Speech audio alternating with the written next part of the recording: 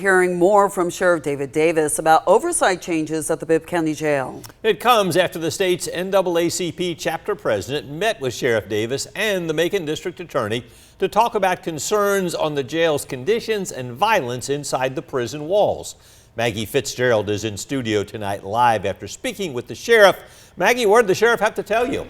Frank and Lori, Sheriff David Davis confirmed all of the agreements that the NAACP announced during their press conference outside the jail Wednesday afternoon, and that includes allowing the chapter's Macon president, Gwinnett Westbrooks, to visit the jail each month to monitor conditions as the group pushes for more transparency and action.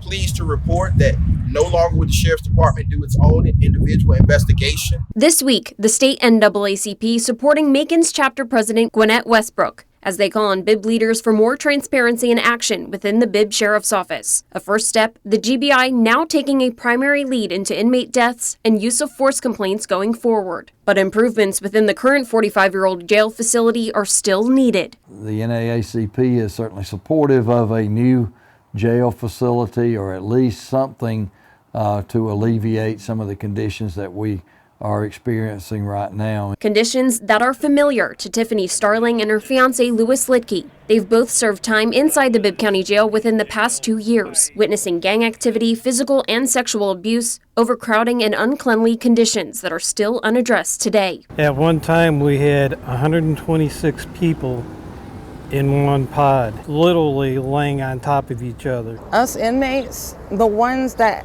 at least had some piece of humanity in us, we were trying to be there for those that were vulnerable, the elderly, the ones that had mental health issues. Vulnerable groups that both Davis and Mayor Miller say they're looking to separate from the rest of the jail population in the current facility. Discussions to fund a new jail have not yet reached a set conclusion, but it's a solution that Tiffany supports. There is a big need for separation, at least for the sake of the vulnerable. Separate buildings will be a great idea, but if not, at least separate hallways.